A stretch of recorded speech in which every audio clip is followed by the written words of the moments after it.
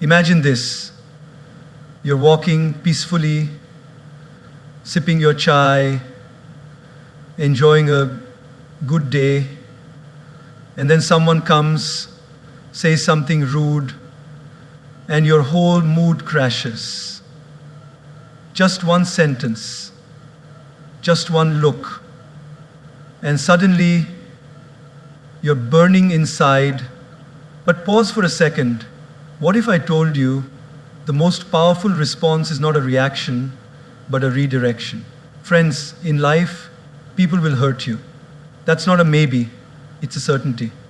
Some do it unintentionally, others, sadly, very intentionally. But how you respond will shape not just your relationships, but your character, your peace, and your future. We live in a world where everyone's racing to give a comeback. Someone shouts, we shout louder. Someone disrespects us, we plan revenge. But the truth is, when someone hurts you, don't react instantly. Just do this. Pause, breathe, and respond consciously. Let me share a little story. A monk once asked his teacher, "How do I know when I've truly grown in wisdom?" The teacher smiled and said, "When someone insults you and you don't feel the need to prove them wrong." Wow, that hit me. Because isn't that what maturity really is? It's not about how sharp your tongue is. It's about how still your heart remains when chaos surrounds you.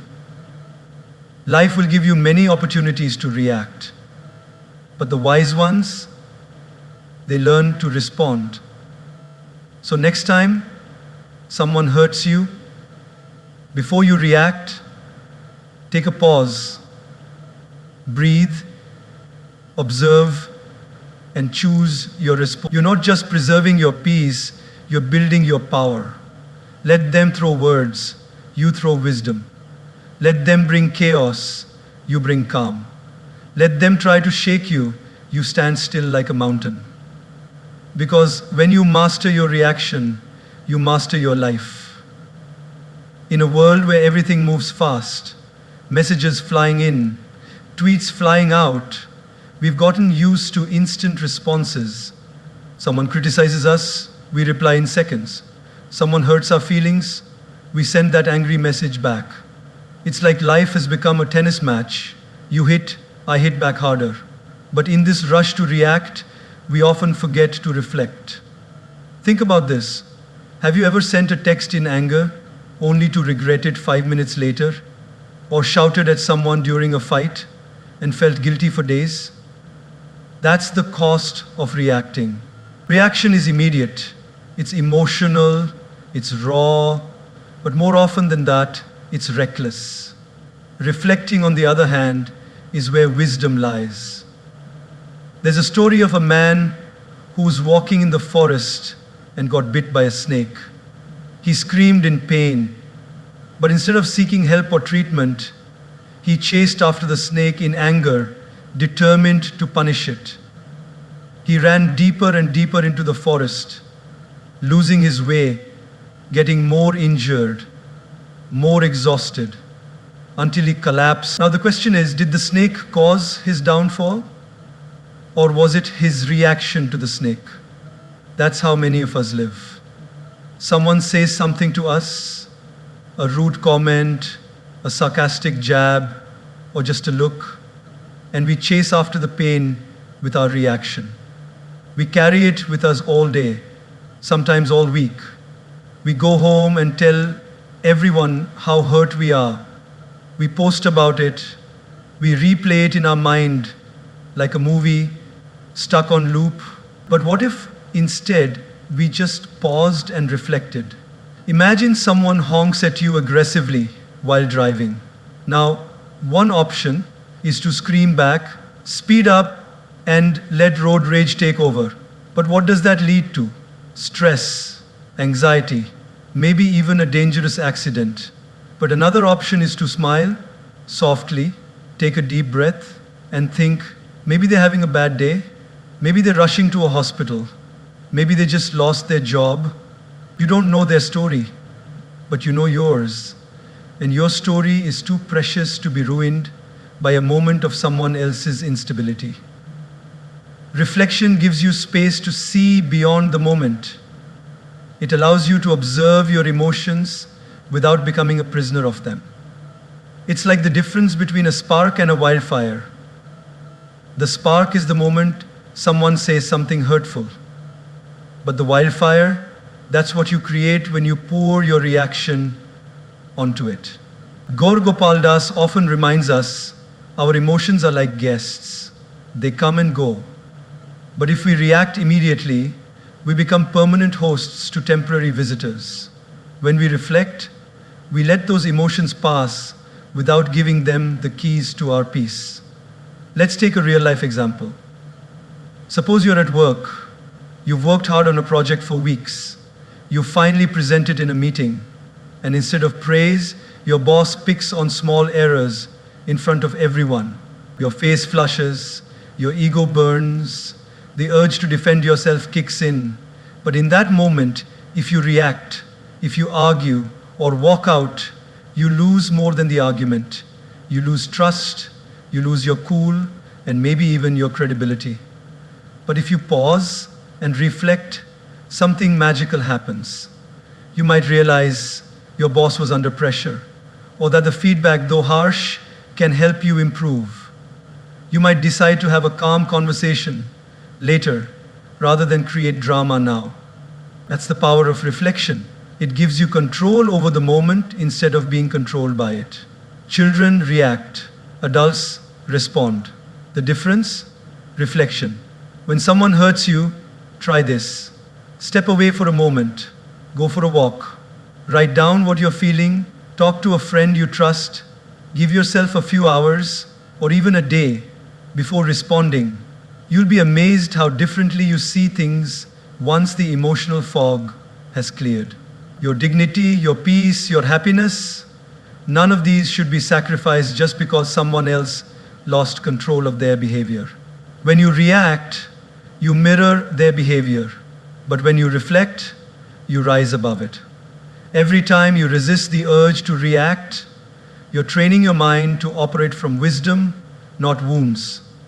And this training, over time, makes you unshakable.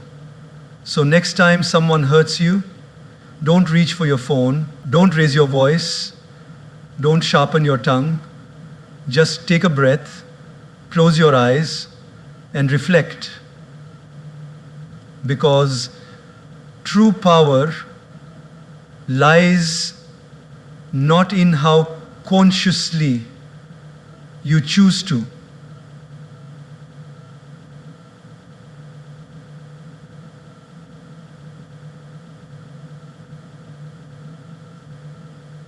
Don't raise your voice.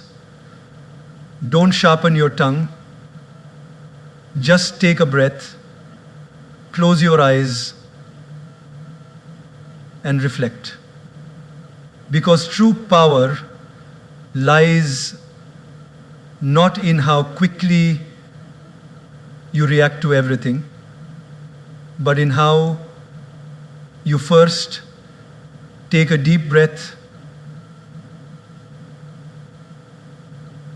There is a simple wisdom in something we all do every second of our life: breathe. Yet, in moments of stress, anger, or hurt, we forget to do just that. We forget to breathe before we speak. And because of that, we often say things we don't mean, act in ways we later regret, and damage relationships that matter to us. Think about this for a moment. How many times in life have you said something in the heat of the moment, only to wish you could take it back a few minutes later? Maybe you were tired, maybe someone pushed your buttons, or maybe you were just having a rough day. But the words came out sharp, impulsive, and raw. And just like that, they hurt someone you care about. That's the power of words, spoken without breathing, without thinking. Breathing before speaking is not just about inhaling air. It's about creating space between the trigger and the response. That one breath becomes the difference between reacting from emotion and responding with intention. There's a beautiful story often shared in spiritual circles. A man came to the Buddha, angry and frustrated. He insulted the Buddha with harsh words, trying to provoke a reaction. But the Buddha sat still, calm and silent. After some time, the man asked, "Why don't you respond?"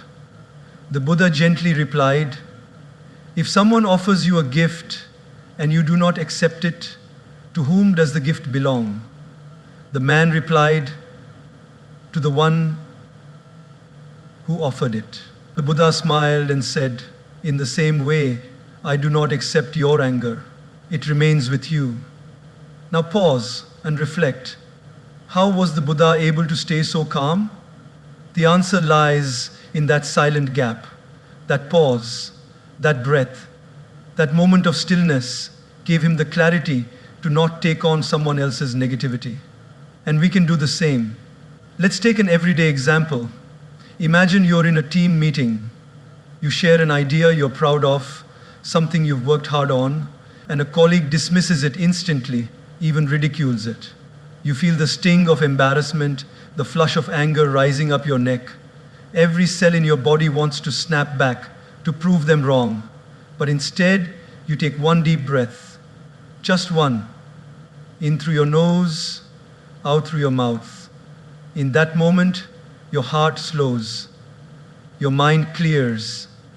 And instead of reacting with anger, you respond with grace. Thank you for your feedback. Would love to hear more about your perspective. Just like that, you've transformed the energy in the room. You've led with wisdom, not ego. This one breath, this pause, becomes your superpower. You see, when we're emotionally charged, our brain operates from the amygdala, the fight or flight center. It's survival mode. That's why we lash out, shut down, or get defensive.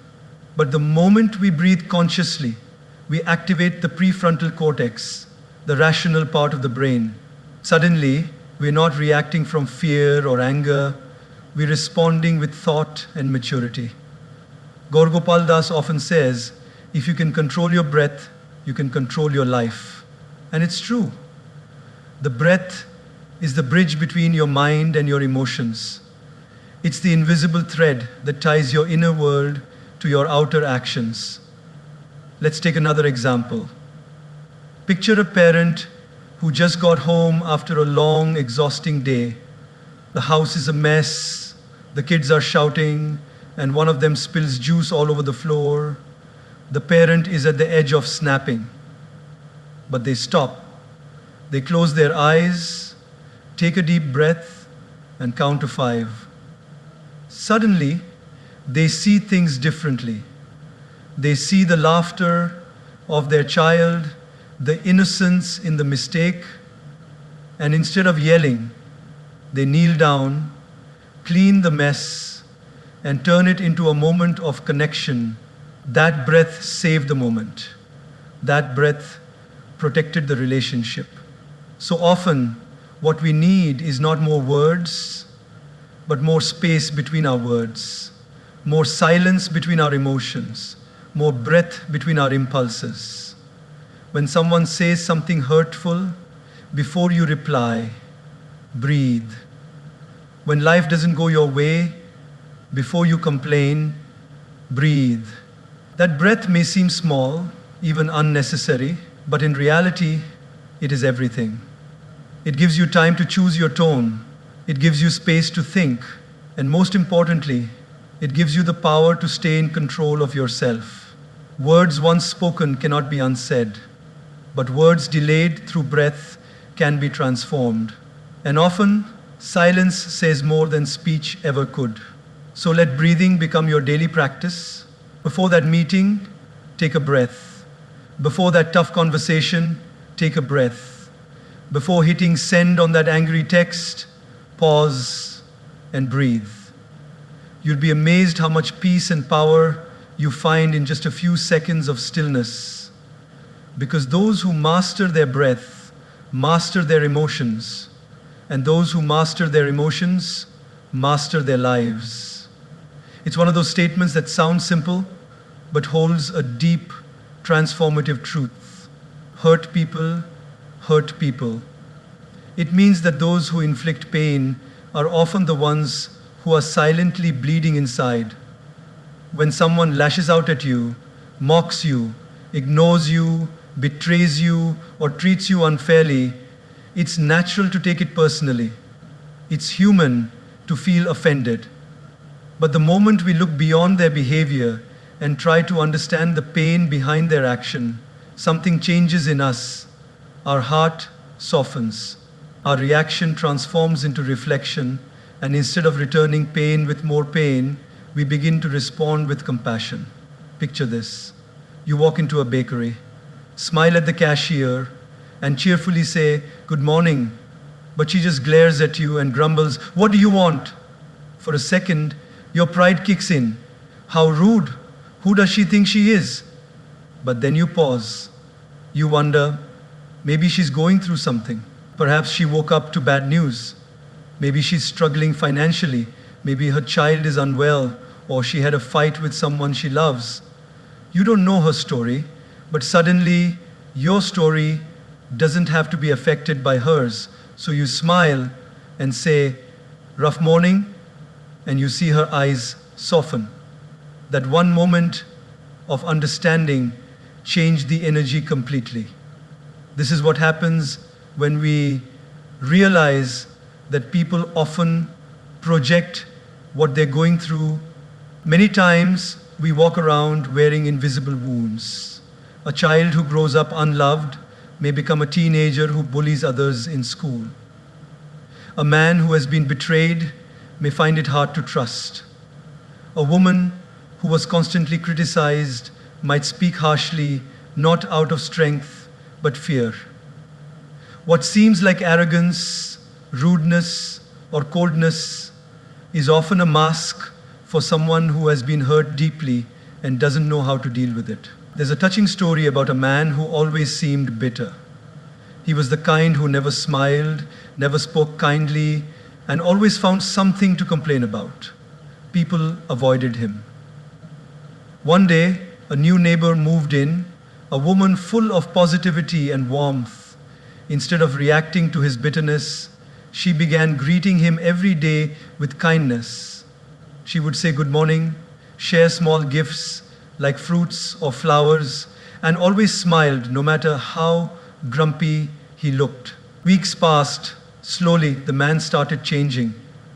One day, he finally said, "No one's ever been this kind to me without expecting anything. Thank you." Later, she discovered he had lost his wife and son in a tragic accident and had been living in silent grief ever since. His rudeness wasn't really about the world, it was about his own pain. Now, apply this to your own life. Maybe there's a colleague who constantly criticizes you, a friend who suddenly distance themselves, a family member who often finds faults in everything you do. Instead of letting their pain turn into your pain, step back and ask, what might they be going through? That question opens a door in your heart, not to excuse their behavior, but to understand it. And that understanding becomes your strength. This doesn't mean you should tolerate toxic behavior or allow people to disrespect you. Setting boundaries is important. But when your heart carries compassion instead of resentment, you protect yourself from becoming what hurt you. Because the truth is, when we don't heal, we hurt. And sometimes that hurt is not even ours to carry. It gets passed down, like an emotional inheritance. You see, a person who is at peace within will never go out and damage someone else's peace. A person who feels truly loved will never intentionally make someone feel unloved. And a person who is emotionally fulfilled doesn't need to pull others down to feel taller. When Gaur Gopal says, "Don't judge people by their actions alone, look at what might be driving those actions," He invites us into a life of empathy, a life where we don't just react to people, but we try to reach people.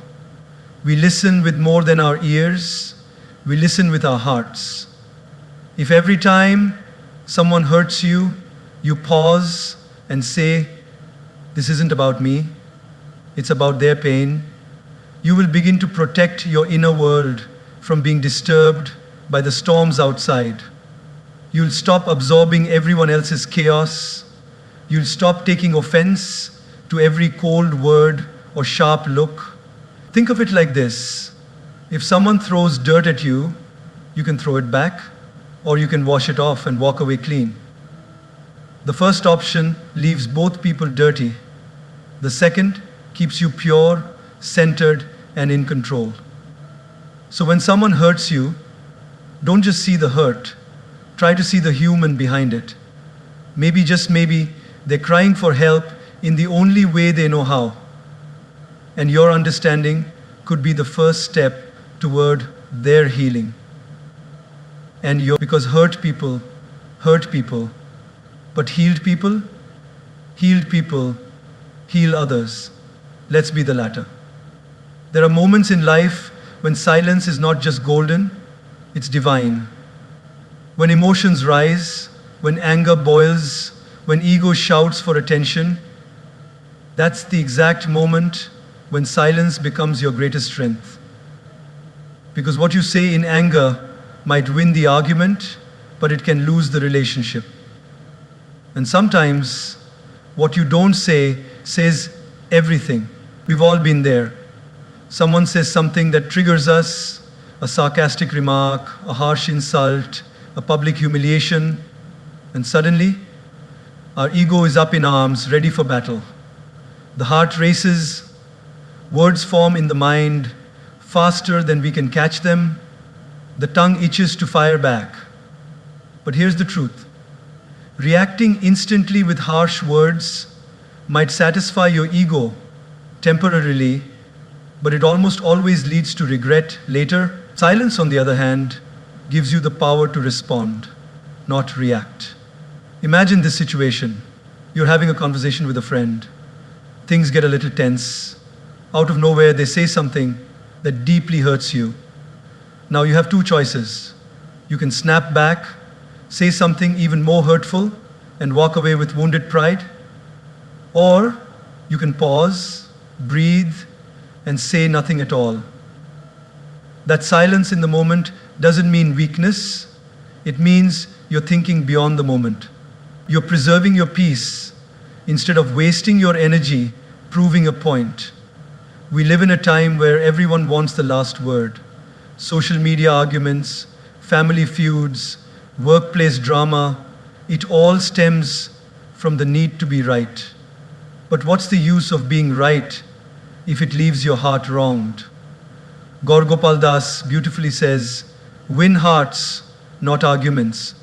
And sometimes the way to win a heart is to simply stay silent when your mind wants to speak the loudest. Let me give you an example from everyday life. Picture a married couple in a heated argument. The husband says something impulsive, something below the belt. The wife, hurt and furious, feels the urge to respond with equal bitterness. But she chooses silence, not out of fear, but out of wisdom. She walks away, takes time to cool off, and later, when both are calm, she expresses her feelings in a gentle yet firm way. That silence didn't break the bond, it protected it. That silence wasn't defeat, it was emotional intelligence in action. Silence allows space for healing. It gives your mind a chance to process and your heart a moment to soften. When we respond immediately, we respond from emotion. But when we allow silence, we respond from wisdom. Have you ever noticed that the most composed people in your life are the ones who don't talk too much during conflict? They don't rush to defend themselves. They don't blurt out insults. They just stay calm.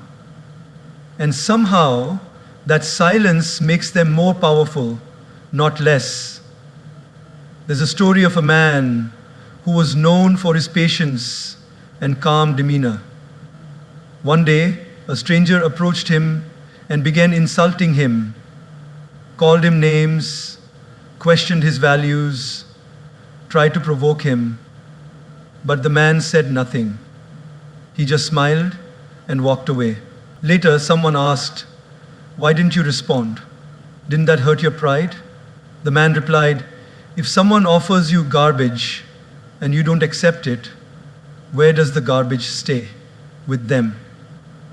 That's the beauty of silence. It doesn't mean you're okay with being disrespected. It means you're wise enough to know which battles are worth fighting, and most aren't.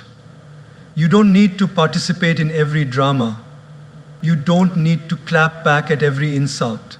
You don't need to lower your vibration just because someone else chose to lower theirs. Think about this. When you light a candle and the wind blows, what do? You protect the flame. You shield it gently. You don't yell at the wind. Your peace, your inner calm is that flame. And when people throw wind at you, criticism, insults, negativity, you don't protect your peace by screaming louder. You protect your peace by screaming louder. You protect it by becoming still, by becoming silent. In silence, we gain clarity. In silence, we hear our true thoughts, not just the noise of the moment. In silence, we connect with something deeper, our higher self, our wisdom, our dignity. So next time someone disrespects you, mocks you, provokes you, remember this. Reacting immediately might feel good for a moment, but silence will feel peaceful for a lifetime. The world doesn't need more arguments. It needs more examples of restraint. And you can be that example. There is strength in standing up for yourself, but there is even greater strength in knowing when to stay silent and let time speak for you. Because silence is not the absence of words, it is the presence of wisdom. So choose silence over stupidity. Choose stillness over storms. And remember, your peace is too precious to waste on pointless noise. When someone hurts you, betrays your trust, misunderstands you, speaks behind your back, or wounds you with their words, the natural response is judgment. They're selfish, they're fake, they don't care about me. We place labels on them like stickers based on one or two moments, and those labels become our permanent perception of them. But what if, instead of rushing to judge, we first chose to write, to journal, to sit down with our own thoughts, pour them out on paper, and allow ourselves to feel, to process, to understand? Journaling is not just writing, it is reflecting. It's a way to make sense of the emotional chaos inside without throwing it at someone else. When we journal, we give ourselves a mirror, a chance to see our own heart, not just the wound it carries. Because judgment pushes people away, journaling brings you closer to yourself. Let's say a close friend forgets your birthday. It hurts, of course, especially when you remembered theirs. The easy response is to judge them. They don't care about me. They're so self-centered. I'll stop making an effort to. But before making that decision, imagine sitting down that night, opening your journal, and writing, "I felt really disappointed today. My friend didn't wish me. I felt forgotten. But maybe they're going through something. Maybe they just had a busy day. Or maybe I need to talk to them instead of assuming." By the end of that paragraph, something begins to shift. The anger softens, the pain finds space to breathe, and your mind becomes clearer. Instead of feeding the judgment, you've nurtured awareness. Gaur Gopal Das often says, before trying to understand others, try understanding yourself. And that's what journaling does. It helps you understand your own reaction. Why did their words trigger you so deeply? Is it really about them, or is it touching an old wound inside you? Journaling becomes a sacred conversation with your inner self, where you can be honest without fear of judgment. Now imagine a situation where a family member constantly criticizes you. Maybe it's a parent or sibling who never seems satisfied. They say things like, "You're always like this," or "You never do anything right." Naturally, judgment kicks in. They're toxic, they'll never change, I'm done with them. But pause, take a moment, open your notebook, write, "It really hurts when they speak to me like that. I don't feel valued." But maybe they speak from their own fears, from their own expectations. Maybe they don't know how to express love in a healthy way. Again, your anger transforms into understanding, not acceptance of bad behavior, but clarity about why it affects you the way it does. When you judge someone too quickly, you close the door to healing. But when you journal, you open the window to compassion. You might still set boundaries, you might still decide to distance yourself, but your actions come from wisdom, not wounded ego. The beauty of journaling is that it doesn't demand perfection. You don't need to write beautifully. You don't need the right words.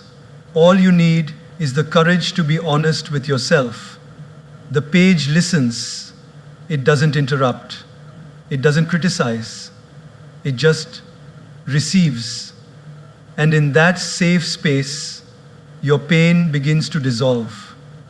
Let's take another daily life example. You're in a relationship and your partner says something that deeply offends you. Maybe they joked about something personal or made a decision without including you. You're fuming. You want to send a long, angry message or give them the silent treatment. But before that, try journaling. What did I feel in that moment? Why did it hurt me so much? Have I communicated this need before? What do I truly want right now? To be right or to be understood? The answers that come through those pages often surprise us. We realize we were projecting or expecting without expressing, or reacting from past pain. Judging is easy. It takes no effort to assume the worst. But journaling, that takes courage. It takes emotional maturity. It takes a willingness to see your own role in the story, not to blame yourself, but to grow through it. And the most powerful thing is, journaling builds emotional memory. As you fill more pages, you begin to see patterns in your life. You start noticing what triggers you, what soothes you, what lessons you keep repeating.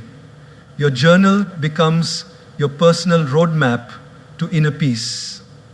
You begin responding to life, not just reacting to it. In a world where everyone is quick to blame and slow to reflect, choosing to journal makes you different. It makes you wise. It makes you grounded. And it brings you closer to your best self. So the next time someone hurts you, don't rush to label them. Don't rush to cut them off or lash out. Instead, pick up a pen. Sit quietly. Let your heart speak through ink. Write out the storm before you speak to anyone about it. Because when you journal, you don't just protect others from your reaction, you protect yourself from becoming someone you're not. And that is the highest act of emotional strength. There's a subtle but profound difference between a thermometer and a thermostat. A thermometer only reflects the temperature of its surroundings. If it's hot, it shows hot. If it's cold, it shows cold. It has no control, just a reaction to whatever is happening around it. A thermostat, on the other hand, doesn't just reflect the environment, it regulates it. It sets the tone. It maintains balance. It changes the climate instead of being changed by it. And in life, we have the same choice. We can either let people and situations dictate our inner state, like a thermometer, or we can learn to be a thermostat, holding our peace, our values, and our responses, regardless of what's happening outside. Think about how often we let the emotional temperature of a room change our mood. You enter a room and someone's angry, you immediately feel tense. Someone gossips, you get pulled into the negativity. A colleague snaps at you, you carry the irritation for hours. Like a thermometer, you absorb and reflect everything. But what if you were grounded enough to enter that same room and instead of matching the chaos, you brought calm? What if your peace was so steady that other people felt calmer just being around you? Let's take an everyday example. You're stuck in traffic. People are honking, cutting lanes, shouting out their windows. The atmosphere is boiling. Now, you can be a thermometer, lose your patience, yell back, honk aggressively, and arrive at your destination completely drained. Or you can be a thermostat, breathe deeply, play your favorite music, stay calm, and maybe even smile at someone who looks more stressed than you. You don't let the traffic steal your peace. You choose how you feel, no matter what's around you. This idea becomes even more powerful in relationships. Imagine a married couple. The husband comes home after a terrible day at work. He's frustrated, short-tempered, and not in the mood for conversation. The wife, noticing his mood, feels tempted to mirror it, to get irritated herself or take it personally. But instead, she gently asks, "Rough day?" and offers him a glass of water. That small act of emotional regulation shifts the energy, he softens, they connect. She didn't let his emotional storm pull her in. She became the thermostat that calmed the environment. And in doing so, she didn't just protect her peace, she healed the moment. Gaur Gopal often says, "Don't let someone else's bitterness become your bitterness." That's exactly what a thermostat mindset is. It's choosing not to absorb someone's anger, not to reflect someone's criticism, not to match someone's energy when it's rooted in pain or ego. Instead, it's choosing your own emotional setting and holding it with grace. Now think about social media. It's full of heated opinions,